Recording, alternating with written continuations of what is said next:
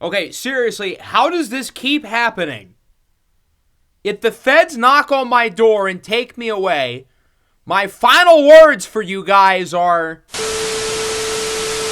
We're on the home stretch of year number 6 here in the Chicago White Sox franchise here on MLB The Show 25. Right now, we're on the outside looking in of the postseason. We're 2 games back with around a month to go. Currently sitting at a record of 68 and 65.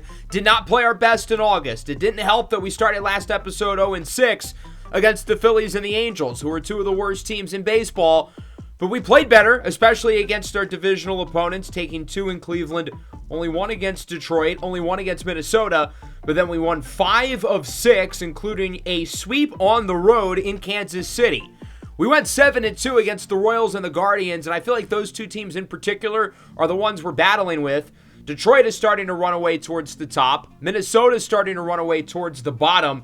It really feels like a 3-way race for 2 wild card spots, with the Yankees and the Mariners kind of in the mix as well. We're about to play the Yankees next, and then we play them again in September. The Mariners, meanwhile, we played in August. We won 2 out of 3 against them as well, so we're beating the teams who we need to beat. But we're losing what should be the easier games against some of the lesser teams in baseball. We still have Minnesota, Detroit, and Cleveland. 10 games against those 3 teams, all of which are on the road, which should certainly be interesting. We'll go through all of those, of course, today. Last episode was the trade deadline. Early in the year, I thought this team would clearly be a seller when we were 13 games under 500 in May, and I figured we would trade guys away like Framber Valdez, Corey Julks, Dane Myers, maybe Hayden Wesneski. But we ended up being buyers because, well, this team's obviously in the mix. So our big move was to acquire Justin Crawford from the Philadelphia Phillies. I wanted to add a piece in the outfield in Crawford who can do a little bit of everything, plays good defense, runs really fast. Give us a little bit of what we were missing since we lost Luis Robert. Crawford's a well-rounded offensive player. He has averaged a 4.2 WAR over the last 3 years. He's got another year and a half left on his deal, and he's only 26 years old. So I feel like there's another level that he can improve to. Crawford gives us a true prototypical leadoff hitter, and it feels like we've got a real core group of 5 in terms of the position players with Crawford, Teal, Caro, Schmidt, and Cam Smith. We added to the rotation with Yuri Perez from the Miami Marlins, who hasn't had a very good season. Really hasn't been all that good throughout the duration of this series, but the idea here is that we're adding another body into the rotation, getting a 4th or 5th starter who could be good in a pinch if we need him during the postseason run. He's a free agent at the end of the year. He didn't cost as much to get. We ended up giving away a couple prospects, none of which are in the top 10 of our organization. And then we swapped Hyun Kim with the Giants for Will Bednar, another guy who can play in a pinch if needed. He's pitched a little bit in the big leagues this year. Has done really well, but will primarily be in AAA. In terms of our notable losses, obviously the package for Crawford was a pretty big one. Pause. We traded away 3 guys from our very first draft class, including Douglas Cato. I really wanted it to work with Cato. We had him for over 4 seasons. He only played like 200-some games, though. Obviously, the health is the reason why it never really worked out here. Talented player, though, who can finally get to truly play every day with the Phillies. He never really got that chance with us. And so far, through the first month, he has stayed healthy. We also traded away Pedro Valdez, our 3rd rounder in 2025. Just never took that leap offensively, although he is hitting the ball well for the AAA team. And then Sal Casey, a big-time prospect. This was certainly the piece that I wanted to give away the least. He was our 5th round pick in year number 1. He's developed really nicely. I don't think he's that far away from being a big leaguer. He is a top 5 prospect in the Phillies system, but we didn't have to trade away Odell Herring or Mike Benitez, who are both better, along with Richie Lindsey. That's kind of the big 3 right now in our system. Lindsey's the number 2 second baseman. Herring's the number 2 starting pitcher. Benitez is the number 7. I wanted to make it a point to keep all 3 of those guys, and luckily we were able to. Part of the big reason why I didn't make a bigger move for a pitcher was because of our draft class. I was expecting to get really good pitching, and while we landed some 8 potential guys with Alexis Caballero and Chad Huntley, our scouts lied to us with these pitchers. Esteban Saldana, they had as a top 5 player in the class. He doesn't look the part. We decided between him and Connie Hodge, who's an 83 with the Phillies. And then Andy Dukes, I thought would be able to join her rotation and be a starter next year. Probably not. So I don't know what the scouts were cooking with those 2 picks. Both of those looking like duds is certainly not ideal because we were really banking on one of them hitting for us. Nonetheless, I think we're in a solid spot going into September. We've got time to right the ship. I don't think the schedule is brutally hard, although 10 road divisional games will not be easy. Some guys I want to mention include Mike Trout, who is not getting worse. He just continues to get better. Dude's a unicorn. We're going to play him more in September. He's been kind of a platoon guy for us, but it's all hands on deck right now. We need our best players in the lineup, and he has been one of our best players throughout the entire season. He has an OPS just shy of 1,100 in his 20th Major League season. That's nuts. In terms of the pitching, you'll notice Hagen Smith is missing. He's in the minors. I needed to option somebody, and he was really the only guy we could pick. He'll probably be back up soon. I am a little concerned about the 5-time All-Star Framber Valdez.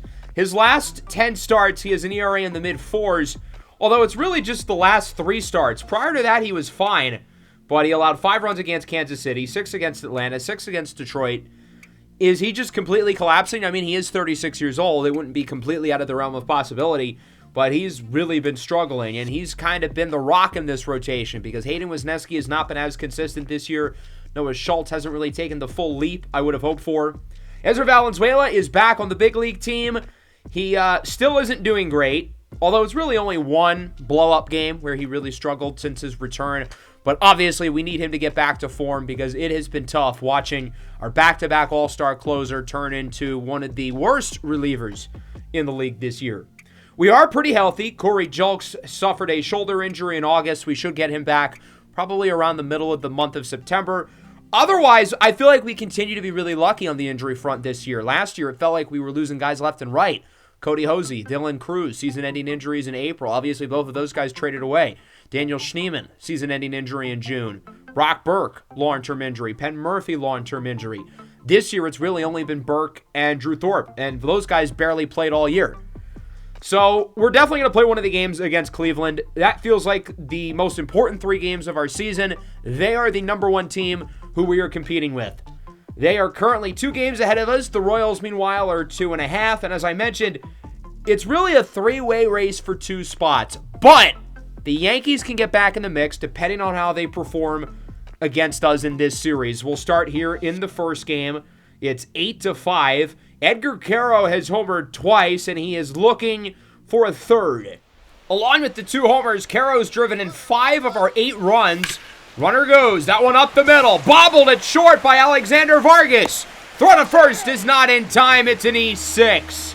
Good to stack some more base runners. We would end up adding to the lead, scoring 3 more runs with a couple of big plays. Mike Trout, RBI single. Dane Myers, 2-run double to help us get the win 11-5. This, of course, is a pivotal series because the last thing we need is to have the Yankees right on our rear end chasing behind us. It's already hard enough having to catch up to the Royals and the Guardians, but having a team right on our tail would obviously not be ideal. So this is a really good start here. There are still 3 more games in this series. We don't want to get ahead of ourselves.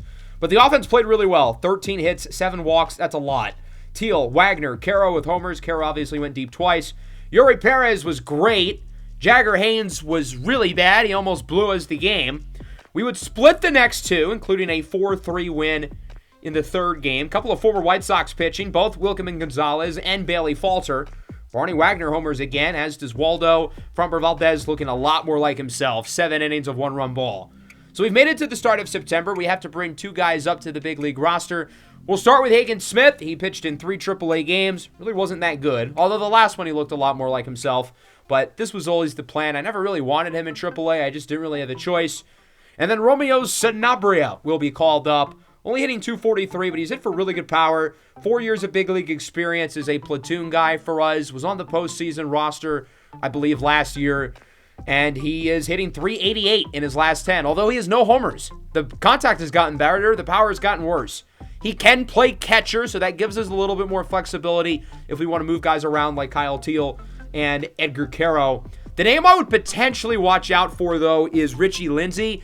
I don't think I'm going to call him up this year, but it's an intriguing idea. Hits lefties well, plays good defense. Given the right opportunity, maybe a couple of injuries, it's not something I would entirely rule out. Let's go into this last game here against the Yankees, looking to win this series. Bottom of the ninth, tied at 2. We've got 2 runners aboard for Demon Schneemann, who had a walk-off homer in the last episode, but his batting average with runners in scoring position this year is like 120. It's brutal. Schneemann hits this ball pretty well, though, into center field. That one will be caught. We're not going to send Trout over to third. It's not really worth the risk. A base hit probably wins the game anyway. Trout's certainly not as fast as he once was, but he can still move. Pitching change for the Yankees. Mark Leiter Jr. is in for New York. Who will be the hero possibly for Chicago? It's Barney Wagner, who's been awesome in this series. He homered again today. 3 homers in the 4 games against the Yankees. 2 for 4 with a single as well. Has 6 hits overall against New York. He's playing really well. Okay, maybe we shouldn't swing at that. Kyle Teal is available on the bench, but Barney's playing outstanding baseball right now.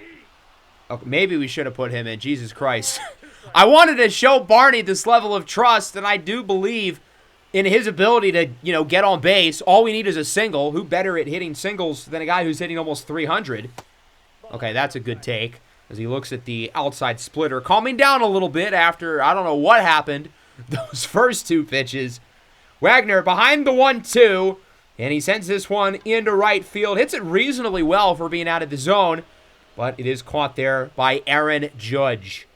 We will go into extras. Jason Dominguez with an RBI single in the top of the 11th. So we'll go bottom half. Edgar Caro at second base. We're going to go to the bench. I like Romeo Sanabria. But, as I mentioned earlier, Kyle Teal is available. So we're going to try to get Kyle Teal to potentially tie the game. Having, of course, an outstanding season, career-high 27 home runs, still with another month to go. Likely to win the Silver Slugger at catcher as he goes down on the fastball. My God, that is a filthy pitch. 100 from Mason Miller. Like Trout, 3-2, swing and a miss, 101. How are you supposed to hit that? I mean, come on, that's just not fair. Miller looking for the save against Oswaldo Escobedo, who does put it on the ground over to third. What a play! The Yankees win the game and tie the series at 2. Munetaka Murakami with some unbelievable defense there at the hot corner. So we split the 4-game set against the Yankees. Could have been better. I would have liked to knock them out of the race. They're kind of still in it, but they're still 3 games back, which is still quite a big hurdle to climb. So it could have been worse, but it could have been better. 7 hits, 5 walks, only 2 runs. Barney Wagner, of course, homered again. He's been on fire. Wisniewski was good. Hard to blame the bullpen. Pitching had one of their better games of the last few weeks, but unfortunately, it was not enough to get the win. So now we are firmly into September. We are 2.5 back now of Cleveland, so we lost a step against the Yankees there. There's one guy I want to talk about. I didn't get to him earlier, but in Bruno Merced's last 10 games, his ERA is 0. He has not allowed a run in well over a month. He's awesome. Obviously, much of the talk of the bullpen this year has been the Ezra Valenzuela struggles. We might have found a new Ezra. Jojo Romero's been inconsistent as the closer. I'm going to keep him in the role for now. In an ideal world, Ezra Valenzuela takes it back. But right now, I think the reliever I trust the most is Bruno Merced. He's been balling. So we'll get through these next 10 games. 7 on the road in the division against Minnesota. And then Detroit. The Tigers, of course, leading the Central. And then 3 at home against the Rays. This is a big stretch for us. 3 solid teams. Minnesota's in last place, but they're not bad. And, of course, they still want revenge after losing to us in the ALCS last year. It's 6-5 here in the top of the 9th of the first game against the Twins. 2 on, 2 out. Justin Crawford. We're hoping he can be the hero against Cade Smith. Count is even 2-2. White Sox down to the final strike. Wow, what a take. Great eye by Crawford, who started down 0-2, but has worked his way back up to a full count. Can we advance the 2 runs up a base, possibly? The 3-2 for Crawford, ball 4. He draws a walk and the bases are loaded. Tying run 90 feet away from home. Go-ahead run, now in scoring position at second base. The Twins are not going to take their chances with Cade Smith. They will replace him with the veteran righty Clay Holmes. 4.58 ERA this year. He really hasn't been that good, especially against lefties. Nearly 350 opposing average. And look who's up. Kyle Teal, who happens to be our best lefty. I don't think there's anybody else I would rather up in this spot. Bases loaded, 2 away, down by 1. Teal swings at the first pitch. Lines it into left, and it is caught. Minnesota wins the first. It's James Wood who makes the play. A 6-5 victory for the Twins, who I guess are kind of still in the wild card race. I mean, they need a lot to happen here in the month of September. They need to play like we did last year in September, but I guess they're not entirely out of it. You know, if they win 3 or 4 games here against us, maybe that could really propel them back into the race. That's really the last thing we need. Offense was okay. Pitching was okay. Ezra gets the loss. He allows another run. Come on, man. What are we doing? This has not been the case the first 2 years of his career. So that'll bring us into the second game. Currently tied at 6 in the top of the 8th. We were down 5-0 early through 2 innings. Rough start for Yuri Perez. Bullpen's done great. Offense has led the comeback. Of course, fittingly, Mike Trout, who's homered twice, looking for a third. He's at 20 home runs this year, which is nuts, considering, for one thing, we signed him at the start of May. He didn't play the first month, and he's been a platoon player since then. He has like 220 at-bats. He's playing like it's 2015. As he skies this one into the air in center. That one's not going to have enough carry for his third. And his OPS will travel down to the 1080s, which is one of the best marks of his career. Which, boy, that says a whole lot. Oh, dear, what happened here? Carlos Correa, 2-run double. Tom Ye, 2-run homer. Minnesota wins the second game, 10-6. Bullpen ended up blowing us the game here. We've lost the first 2 against Minnesota. We've lost 4 of 5. That's the last thing we needed to start the month of September. We've really lost a lot of the margin for error that we may have had going into the episode. We're 2-4 so far today. That's not good enough. We allowed 10 runs. Bruno Merced is the one who got the loss. He's been so good. He hasn't allowed a run since July, but he picks the worst time to blow it. Shout out Jagger Haynes, though, keeping us in the game with Yuri Perez laying an egg, and then Bruno Merced laying a dookie there at the end. So we're going to travel now into this third game. Top of the 9th, we're down by 1 once again. But we've got runners on the corners. Edgar Caro's up. We were down big going into the 8th inning. We were down 8-1. Trying to complete the comeback. Caro into foul territory. No, that one will not be caught. And the game stays alive for the White Sox, although Caro's down to his final strike. Cade Smith actually looking to get the save this time. Oh, boy, that was close. That was in the zone. That should have been called strike 3. Wow, we were just gifted one. 1-2, fouled off, and Caro's really working a battle here with Cam Smith. We certainly don't want to lose a third game in this series. Continue to chip away at our momentum. The 1-2 for Caro. That one is well high. Averages up to 274. To think he was playing horribly the first 2 months of the year, just like everybody else. Now he has the highest OPS of his career, minus his rookie season where he played like 20 games. His 4 full seasons of his career, this statistically has been the best one. Here's the 2-2. Caro got him looking! Minnesota takes games 1, 2, and 3, and they're looking for the sweep in game 4. Why does Hagen Smith look like that? What happened to his face? Nonetheless, hard to blame the offense. I know we only had 1 run through the first 7 innings, but they put up an impressive comeback effort. In the 3 games in this series against Minnesota, we've scored 5, 6, and 7. Yet we're 0-3. That's unacceptable pitching. We've allowed 6, 10, and 8 runs in the 3 games. Here we go into game 4. We're up 3-1, so at least we had the lead. Pitching's finally been good. Shout out Framber Valdez. Mike Trout, 13-game hitting streak is on the line against Jonathan. Swinging a miss on the changeup. Trout would get another opportunity, though, in the top of the 8th. Romeo Sanabria, first home run of the year, a 3-run shot. That puts us up 6-1. We're in a good spot here to win this last game, so at the very least, probably avoiding the sweep as Trout belts this one into right center field. That one will bounce off the wall, and it should score the run from first. An RBI double for Mike Trout. It's a 7-1 lead for the White Sox, and the hitting streak is up to 13 games for Mike Trout. The offense playing great again. We scored 25 runs across the 4 games against Minnesota. That should be enough to go either 3-1 or 4-0. Yet we went 1-3. The starting rotation continues to be a problem for us. Framber Valdez was really good, but in the other games, Noah Schultz has not been consistent this year. Yuri Perez has not been a good addition. And then that number 5 spot for us this year has been largely a train wreck. It doesn't help that the bullpen continues to be really inconsistent, but today we didn't have those issues. Merced looking a lot better, Ezra Valenzuela with a scoreless inning, and of course good to see the offense producing. Now on to the series against Detroit. We won the first game, probably going to lose the second game. We're down 6-2. We won the first game 6-2, same score. 15-game hitting streak on the line now for Trout as he grounds out up the middle. Hitting streak is over, and the White Sox lose it. No score change, 6-2, your final.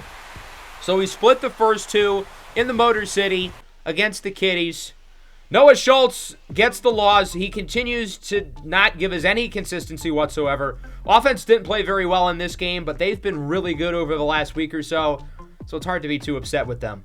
Now for the rubber match. We're up 5-1, and a big reason for that has been the play of Shane Schmidt, who has homered twice in this game. He's really starting to heat up. He gave us nothing through the first 4 months of the year, but is finally looking like himself.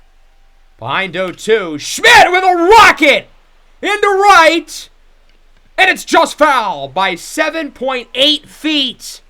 Nearly his third home run of the game. That was so close. If only he timed it up just a little bit better. Like this one! Goodbye! Sayonara! 3 home runs, a hat trick for Shane Schmidt. And the White Sox add to the lead. It's 7-1. His 26th of the year. We're looking at probably a 30 home run season for Shane Schmidt at just 19 years old. He might be the first 19-year-old with a 30 home run season in Major League history where the season is considered a disappointment. That's how high the standard is on this young man. And at the end of the day, we've got all these great pieces, but this really is Shane Schmidt's team in the long term. Why not go for 4? We're up 7-2. The Tigers scored another run, but we're in a good spot. We're up by 5. Can Schmidt make history? No. But he gets his 4th base hit of the game. A single into center field.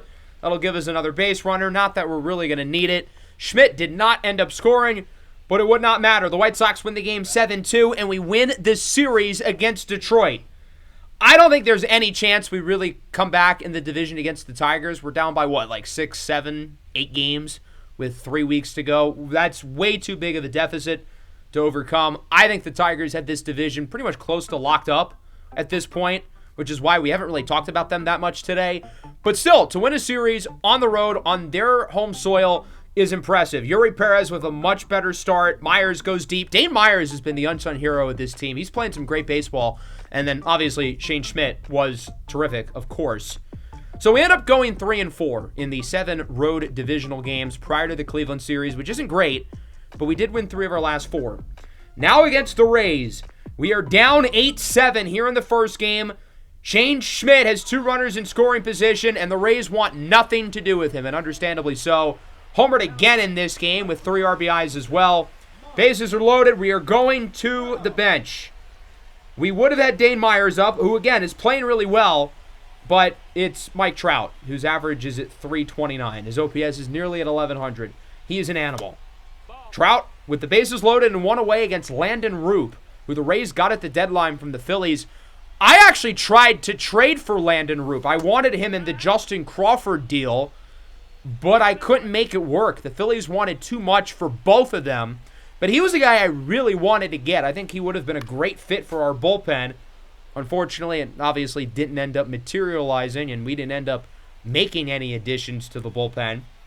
Trout behind 1-2 against what could have been his teammate, Landon Roop, as he goes down on the circle change. Big punch out for Tampa Bay. The Rays are kind of in the same spot as Minnesota, where they're out of it for the most part, but like, you know, maybe if they play really well, you never know. And that starts with this series, of course. 2-0, Caro hits it well into left. It's got some carry, but not enough. White Sox leave them loaded, and that would end up being the difference. We lose the first game 8-7 because we cannot hit with runners on base. What a surprise. Offense played really well again. We scored 7 runs, and we lost. What is happening with Hagen Smith's face? That does not look like him. But on the subject of Hagen Smith, he's been horrible since being recalled up. We were up 5-1 through the second inning. Offense did their part. 8 hits, 8 walks. Caro drove in 3. Schmidt drove in 3. Hagen Smith, 3 innings of 7-run ball. He has been really bad. We ended up winning the second game. Really good start by Framber Valdez. He is firmly back. My concern is gone. Here we are in the rubber match. Tied at 2. Top 7. Bases loaded. Bruno Merced on the bump against MJ Melendez. That one surprisingly called a ball. We know Melendez from the Marlins series in MLB The Show 23. We got him pretty late in the series, but he ended up being one of my favorite players on the team as he rips it up the middle. That should score a pair. A 2-run single into center. Throw from Crawford. Wow, that was actually closer than I expected. They do get 2 runs, though. They take the lead. Big-time swing by Michael Jordan Melendez. That's not his real name. At least I don't think it is. That'd be kind of fire if it was, though. Noelvi Marte swinging and a miss in the dirt. Merced allows 2 runs, but they will not go against him because they were allowed by the previous relief pitcher who's in the game before him, that being Ezra Valenzuela. Not ideal. Bottom 7. Okay, we've got the bases loaded. Dane Myers drives in a run off of a sacrifice to make it 4-3. And now we're in quite the spot here. We've got a few options available on the bench, but I'm going to stick with Brian Ramos. 1-1. Ramos on the ground to third. Junior Caminero sends it over to second. The Rays gave Caminero a big extension before this season, even though he's definitely not as good as he is in real life. He's awesome in real life. Barney Wagner ties the game in the 8th. The Rays would take the lead back in the 13th. Yeah, not a lot of offense so far in the extra innings, and now we've got to tie it. Brian Ramos would be up. He had the big opportunity earlier, but instead we're going to go to the bench for Cam Smith, who does not have an at-bat in this series against the Rays. He got injured in the last game against Detroit. I think he's well enough to give us an at-bat here late in this game, as it's a grounder to first. It does advance the runner, however, so it's not a total failure of an at-bat, as we've got our guy closer to home plate. It's Edgar Caro. Teal flies it up into left field. Christopher Morel is under it. He'll make the play. Game advises we do not tag, and I don't care. We're sending him. Caro is safe. We're tied at 5.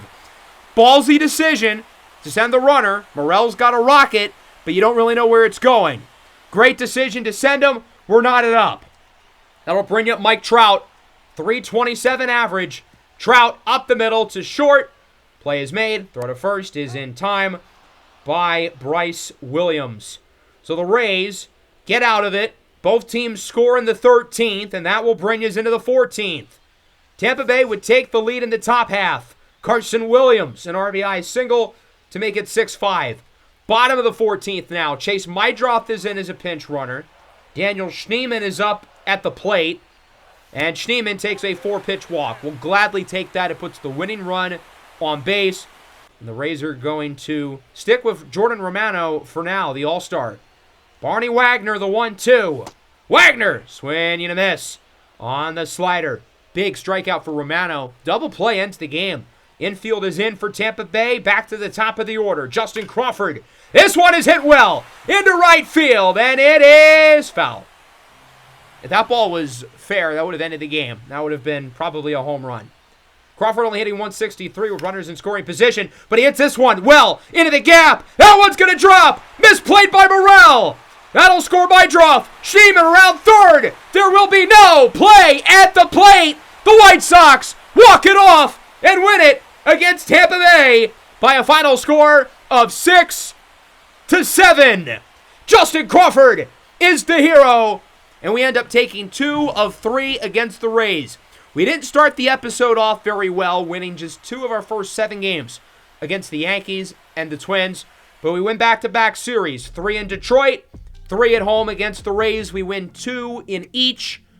We'll gladly take that. Building some momentum back up for the Cleveland series, which is up next.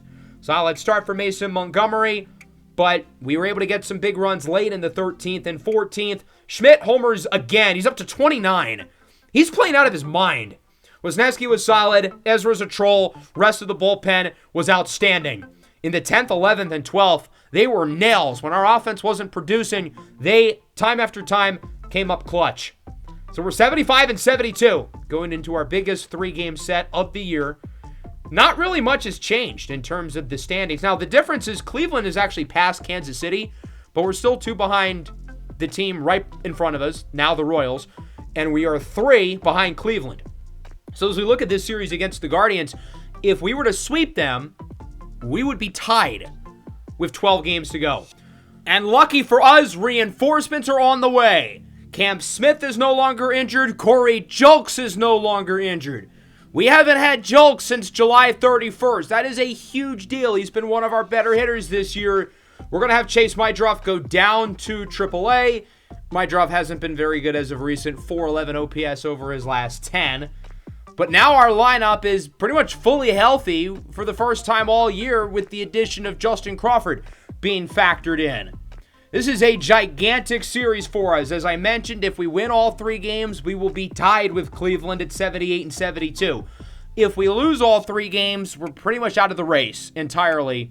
And with only 12 games to go after the Cleveland series, those 12 games all being against teams under 500, we have a great chance of getting one of those wild card spots if we play well enough against the Guardians. If we take 2 games against Cleveland, we'll be within 2. If we only take 1, we will fall down to a 4-game deficit. And if we get swept, it'd be 6 games, which would be really bad.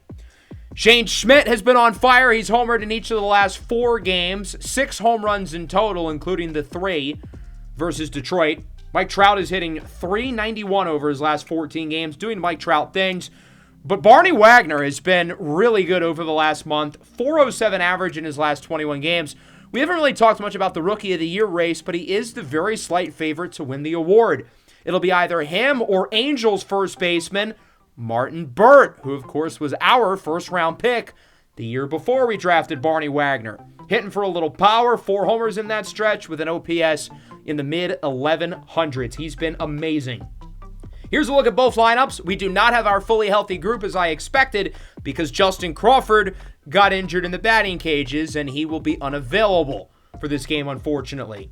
A lot at stake here, of course, with these standings, and going into this series, my goal is to get the sweep. I know it's an uphill battle, but I don't think we should leave this building feeling satisfied with anything but. Even if we win 2 of 3, we're still down by multiple games. That's still a big deficit with only 12 games left after.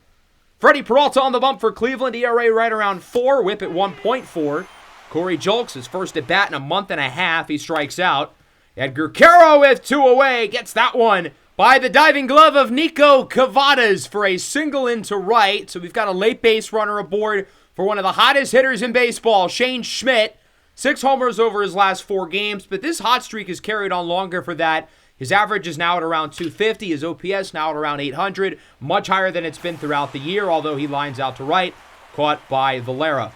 So Freddie P lets up the 1 runner. Nothing more. We'll go to the bottom of the first. We'll take a look at Noah Schultz, who statistically is having a very similar season to Peralta. That was a big reason why I picked this game, aside from the fact that I wanted to play the first one. I wanted to set the tone in this series, but I was really intrigued by the pitching matchup. 4.04 ERA, 1.28 whip. Schultz has had some great outings this year, but there just hasn't been a lot of consistency on a game-by-game basis. Travis Bazzana, first-time All-Star, 29 home runs this year, flies it into center, caught by Myers, who will be patrolling center field likely for all 3 games in this series, depending on what the deal is with Justin Crawford. A 1-2-3, bottom of the first inning for Noah Schultz. We will travel to the top of the second. Dane Meyer is up with 2 away, and I don't know what on God's green earth he was swinging at. Yikes, that pitch was in the dirt, and he is caught fishing.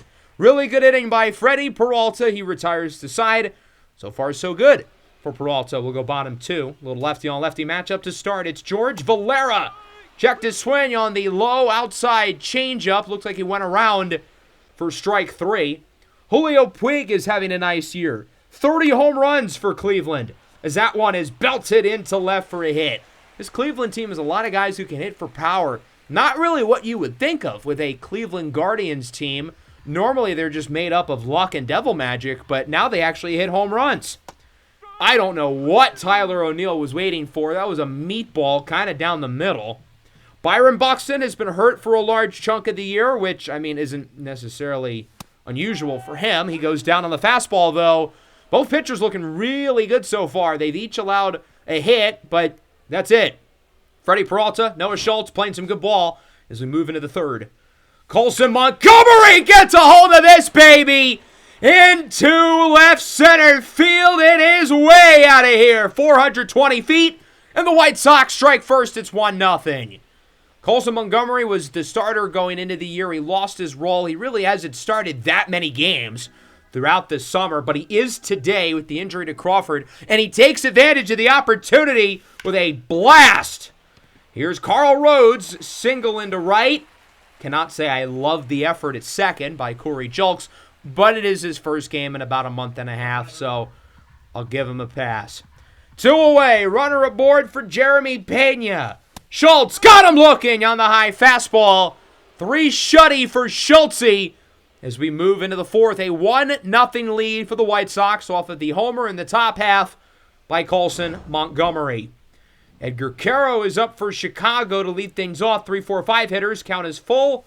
Swing and this on the high fastball. That pitch would have kind of teetered on being on the edge of the zone. I don't blame him for swinging. Good pitch, though, by Peralta. Really good pitch. 3-2 for Shane Schmidt. Wow, that's a good take. 12-6 curve. I think it was in the zone. I think we got gifted one again there. That'll go for a walk. I don't know why. I feel like the umpires help us way more than the other teams. It's been that way for a while.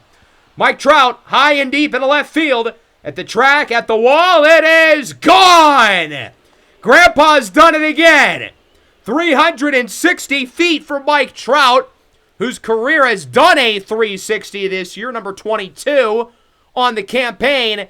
A 3-0 lead for the White Sox. What a story Mike Trout has been for this team, hitting the ball like the mid-2010s with the Angels in his mid-20s. Cam Smith goes down looking on the high inside fastball. Nice pitch by Peralta, painting the corners, looking to rebound after allowing homers now in each of the last 2 innings. Dane Myers, full count, sends this one into right center field. Valera is after it. It's hit pretty well, but it is caught. Good inning, though, for Chicago. 2-run shot. Unk still got it. 38 years young is Mike Trout. We'll go to the bottom of the fourth. 3-4-5 hitters lead off for Cleveland. Travis Bazzana swinging a miss on the fastball. The former Oregon State Beaver, native of Australia, goes back to the bench. Or I guess the dugout. Wrong sport. George Valera grounds it to third. Montgomery blocks it. Throw to first, not in time. Good effort at the hot corner. But Valera is safe with an infield single. 1 away, that'll bring you up Julio Puig. No relations to Yasiel Puig as far as I'm aware. Up the middle, Wagner cannot make the play for a base hit. Runner goes for third. The throw from Myers is just a bit off. Runners on the corners, 1 away. Great opportunity for Cleveland to try to put themselves back into the game here with these runners. Tyler O'Neill behind in the count, 1-2. Pitch from Schultz. High fastball, high in the air in the left. Trout is under it. He makes the play. He doesn't have the arm he used to, so that should score the run. Damn, that was a really good throw. I get he was safe, but I was not expecting the throw to be that accurate. 3-1. Cleveland's on the board with the sacrifice fly by O'Neill. 1-2. Buxton swinging a miss on the changeup. White Sox get 2 in the top half. Cleveland gets 1 in the bottom half. Still a nice lead, though, for Chicago, 3-1. Noah Schultz overall pitching a good game. He's certainly outplayed Freddie Peralta so far as we move into the top of the fifth. Colson Montgomery, homered his first time up. Just his 7th of the year. He hasn't had for much power this season as he draws a walk. Full count, fastball up and in. That's a really nice take.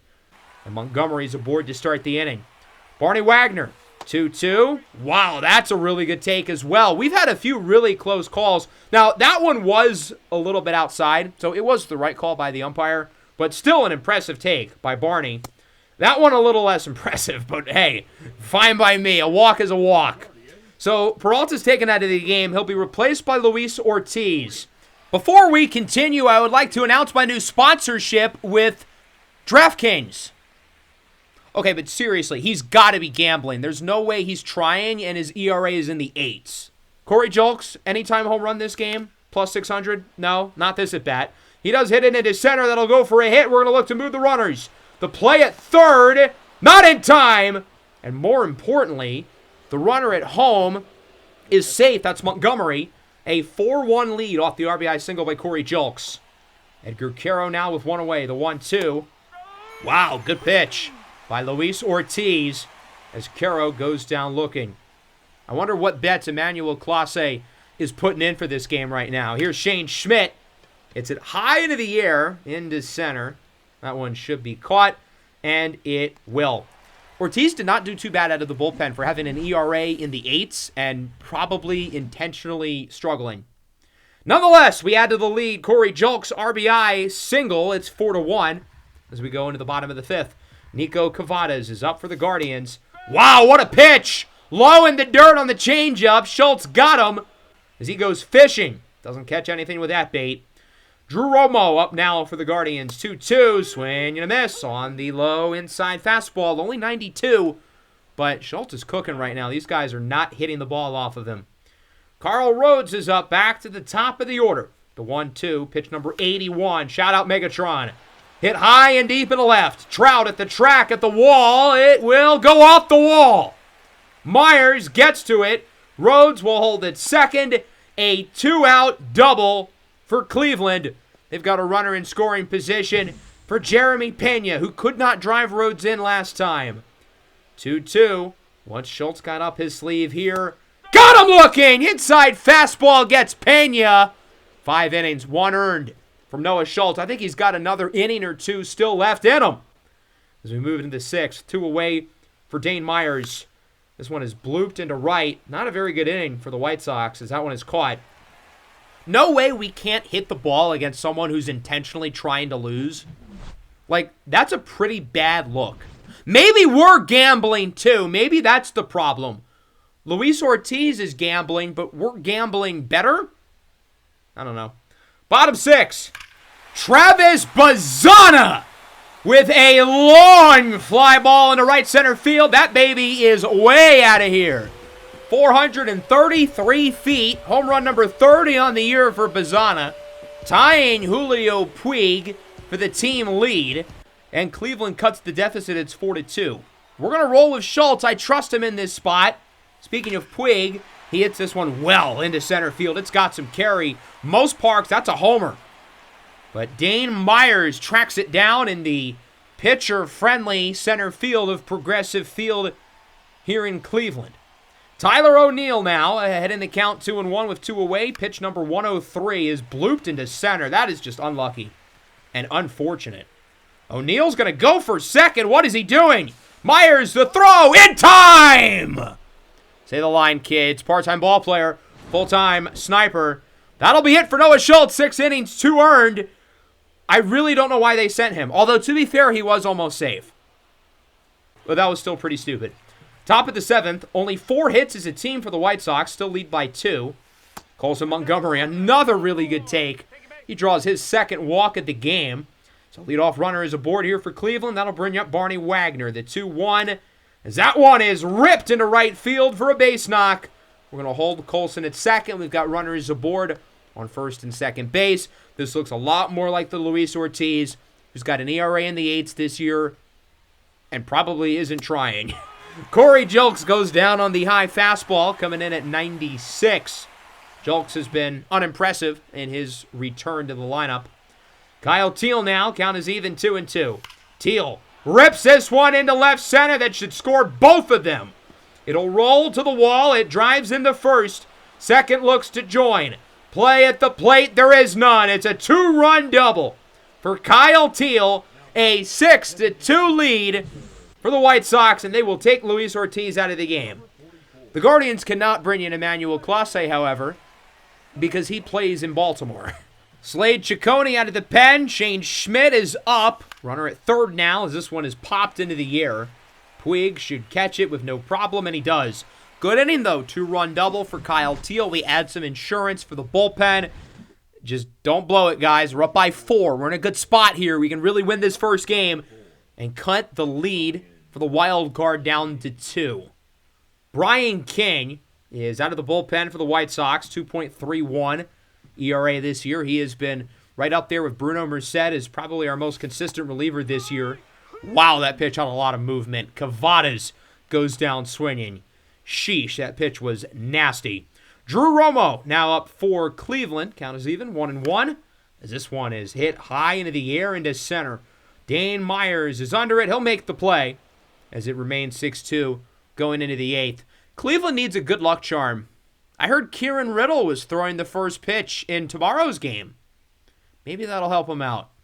Let's see if the White Sox can add to their lead, already up by 4, as the Guardians will stick with Ciccone in the 8th. One away for Camp Smith. Good to have him healthy. That one is caught at third. Nice play there by Julio Puig, rocking the Luka Doncic number 77. Or I guess nowadays the VJ Edgecombe 77. Dane Myers, full count. This one is grounded to third. Puig scoops it and throws it to first. 1, 2, 3, 4. Ciccone will go bottom 8.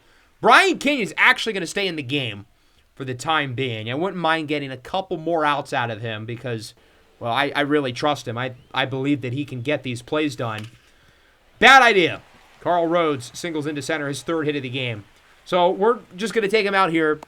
I also wanted to keep him in as an excuse to get Bruno Merced a little bit more loose in the bullpen, but we're going to have to bring him in a little bit early. 2.87 ERA in 91 innings in 67 appearances. He might throw over 100 innings as a rookie. That's pretty nuts. I mean, he really has been a workhorse for us out of the bullpen. What a season for the rookie from the Dominican Republic as he gets Jeremy Pena, his fellow Dominican brethren, to go down on the strikeout. Travis Bazzana now behind in the count 1-2 with 1 away. Wow, that pitch had a lot of movement for it being a fastball. It looked like it was going to be outside, then it comes in late. That is a nice pitch, even though it's only 90 miles an hour. George Valera, the 1-1. Looks to get him on the curveball. That one gets away from Teal, and the runner advances to second on the wild pitch. So now there's a runner in scoring position. Count is full for Valera. The 3-2 from Merced. Swing and a miss on the curveball. Bruno Merced gets us out of the 8th. Remains 6-2. White Sox are in a good spot here, looking to bring it within 2. Maybe bring it within 1 with the Royals if they lose today. Colby Allard out of the pen here in the 9th for Cleveland. Every time we've played against them this year, I have hated it, because Colby Allard is quietly very filthy. Barney Wagner does single into right, however, so he's aboard. That'll bring up Corey Julks. 1 for 4. Got a hit earlier in the game, but otherwise has been quiet as he goes down looking on the high fastball. Nice pitch by Allard. We're going to keep Kyle Teal in, even with the lefty on lefty. Hanging pitch is crushed into center field, but not crushed enough as it is caught. Bottom of the 9th, we're going to roll with Merced. He's got the energy to get his 3 more outs, and if things do go bad, Jojo Romero is getting loose if we need him. Merced's looking good. Guardians down to the final out and the final strike. Buxton rips it to first, scooped up by Schmidt, walks on the base, and the White Sox take the first in Cleveland by a final score of 6-2.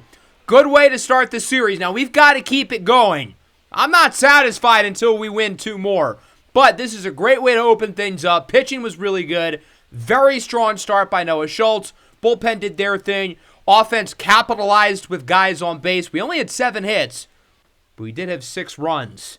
Colson Montgomery's the player of the game, even though he technically only had 1 at bat. Homered his first time up, walked the next 2, and then was pinch hit for later in the game. We only had 11 base runners, which really is not a lot, but we were very effective when we got guys on base. Mike Trout, of course, went deep. I think Noah Schultz was our MVP, though, in this game. 2 earned runs, 9 punch-outs, and only allowed 7 hits. Cleveland only had 8 base runners the whole game. That's even less.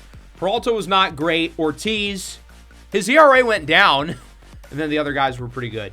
So, Justin Crawford, as we know, might miss a couple of days, which sucks because these are the most important games of the year, and he is one of our better players, so that's not ideal, but we're not going to have him play through it because I do not want to risk re-injuring him for the final stretch.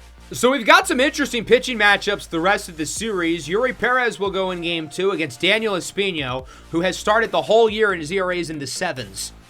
That game might be batting practice. For now, Hagen Smith is the scheduled starter in Game 3. We're not starting him in Game 3. I do not have any faith in him whatsoever. He has not been good this year, and he has played quite badly as of late. We need somebody else to play. And it's unfortunate because remember his rookie year in 2026 where he was dominating every game he played in? We have not gotten that guy since, which is awfully unfortunate. So it'll be either Bryce Wilson or Jagger Haynes who gets the start. Game 2, we're up 7-4 in the top of the ninth. Daniel Schneemann is a homer shy of the cycle. He doesn't get it against his former team, but he does get his 4th hit of the game. A single into left field. Both teams would add some offense late, but it is the White Sox who get the win by the final score of 8-6, despite a 2-run homer by Taylor Ward. Isn't that ironic? Nonetheless, we take the first 2 in Cleveland, and that is gigantic. The lead between us and Cleveland is only 1 game. Now, they could win that last game and be up by 2, regain the momentum. But if we win, we complete the sweep, we tie things up, we have all the momentum, and we have a pretty favorable schedule the final couple of weeks of the year. So it feels like if we win that 3rd and final game, we are in full control of our own destiny. If we don't win it, then I don't think we're in control. Got to give the guys credit for winning the first 2, though. We're off to a good start. 8 runs, 15 hits, 5 walks. Great showing by the offense. Waldo homered. Wagner drives in 3. Teal drives in 2. Perez was good enough. He wasn't great, but he wasn't horrible. 5 innings of 1-run ball before it kind of got away from him late. So overall, he did pitch reasonably well. Definitely better than Daniel Espino, who was, in fact, serving batting practice. How are they a serious contender keeping him in the rotation all year? That's wild. All right, on to game 3. We've got the lead. 6-5, bottom 9. Jojo Romero is in for the save. But Jeremy Pena's at first, and he's really fast. And Travis Bazzana, their best player, who's homered twice in this series, including once today, is up at the plate. The 1-2. Ripped up the middle into center. I imagine they're going to try to... Nope, they're not going to send Pena. Okay, good job by Myers to get to that one quickly. And a good decision by Cleveland. He would have been out.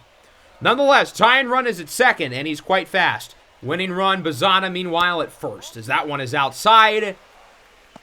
Great. JoJo's hurt. We do have one guy getting loose in the bullpen. I am not sure how I feel about this. But F it, we ball. Ezra Valenzuela, it's time to save the season, buddy. He has been quite bad over the past handful of months as he hits George Valera to load the bases. Off to a flying start, I see. Bases loaded, 1 away. Base hit ends it. Double play ends it. O'Neal into left. Trout is under it, and he will make the play. That should be enough to score Pena off the sacrifice. He is safe, and we are tied at 6. So Cleveland knots this one up, and the very best case scenario for now is extra innings. As Puig looks at the curveball. The Royals are playing well over the last couple of games. Us and Cleveland feel like the real battle for that 3rd wild card spot. Royals 2.5 ahead of us, 1.5 ahead of Cleveland. Guardians obviously 1 up on us. Puig looks at the cutter as we're looking for his signature. The cutter up and outside. He'll go back to it. Here, swinging a miss! What a pitch by Ezra Valenzuela. Overall, given the circumstance, I'm pretty happy with how he played. That could have gone a lot worse. So much so that we might keep him in for the 10th, depending on what happens. We're not going to go back to simulating because this is our most important game of the year. We're going to play the rest of the way through.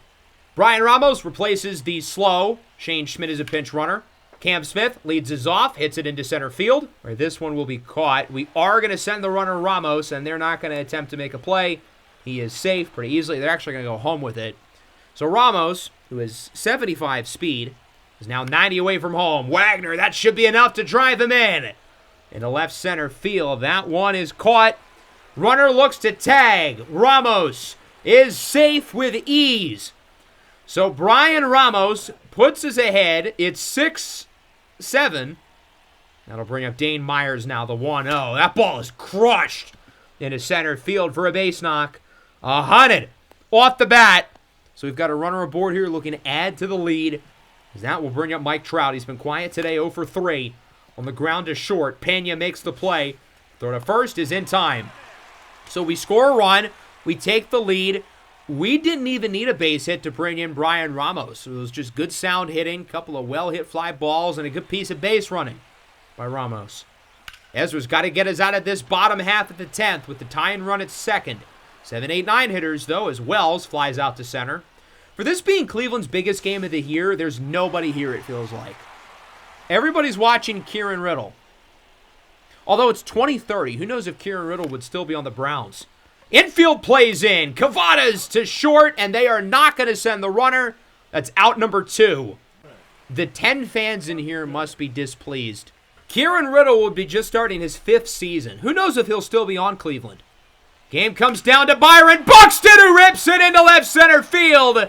That's going to tie the game at 7. Off the wall, Buxton to second with a double. I really thought Ezra was going to close it out. We're going to take him out of the game, and he'll be replaced by Abner Uribe. ERA at around 4. Obviously, he walks a lot of guys, but his pitching clutch is 99. So I think he can get us out of this. 0-2, Carl Rhodes swinging to this. Both teams score in the top half and the bottom half of the 10th. So we are on to the 11th. Knotted up at 7. We'll see if the White Sox can regain the lead. We'll start with Schneemann, who leads off the inning. That one goes off the top of the wall. It's 8-7. Schneemann slides into second. A leadoff double for Demon Schneemann, who has played really well in this series against the team who traded him away for scraps. Oh, wow, look who's in the game. It's Luis Ortiz. This will be very interesting. We'll start with Julks, who's behind 0-2. This has got to be the throwaway pitch. It's in the dirt. Would you look at that? Totally not suspicious at all. Julks now evens things up 2-2. The pitch from Ortiz. A meatball down the middle. Julks into left. Off the wall. Schneemann was waiting for that to drop, so he only makes it to third, which is fine. There's nobody out. Conservative base running, I understand. But with already having the lead, 2 runners in scoring position, and nobody out, we can really break the door open on this game. Oswaldo Escobedo hits it high and deep into right center. Valera under it, makes the play. That should be enough to move the runners. The throw to the plate, it's close, but not in time. Schneemann is safe. Honestly, that's a lot closer than I expected. Nonetheless, it's 9-7. That'll bring up Edgar Caro. Behind in the count, 0-1, infield in, grounder to second, bobbled by Rhodes. Gets the out anyway. We could have theoretically sent the runner, and he probably would have been safe because of the bobble, but in hindsight, I mean, how are we supposed to know that? Now there's 2 away. Brian Ramos checked his swing, went around for strike 3. We really didn't hit the ball that well against a guy who's actively trying to lose the game. That's nuts. Nonetheless, we score 2. We're up by multiple runs, and Cleveland's going to need a couple of big hits if they want to come back in this game. There's one. It's Pena, who goes down on the slider. That'll bring up Travis Bazzana, the star of the team. Bazzana rips this ball into right. Smith at the track, at the wall. It is caught! 9-1-1. We've got a robbery here in Cleveland. Cam Smith scales the wall like Spider-Man and robs the game-tying home run.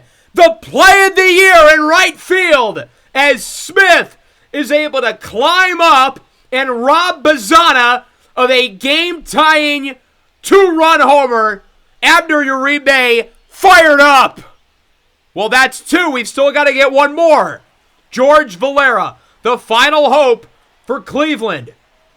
As he looks at the first pitch, should have sworn that was down the middle. We are 1 out away from tying Cleveland to the 3rd wild card spot and completing the sweep. That one is inside for ball 1. Good take by Valera. Runner at 3rd. Valera is the tying run as he fouls this one away. And Cleveland is down to their final strike. How do we end it?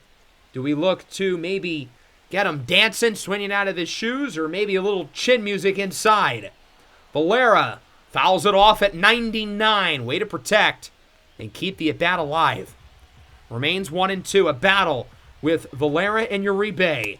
That one is low and outside. Good take by George Valera. Count is evened up now at 2-2.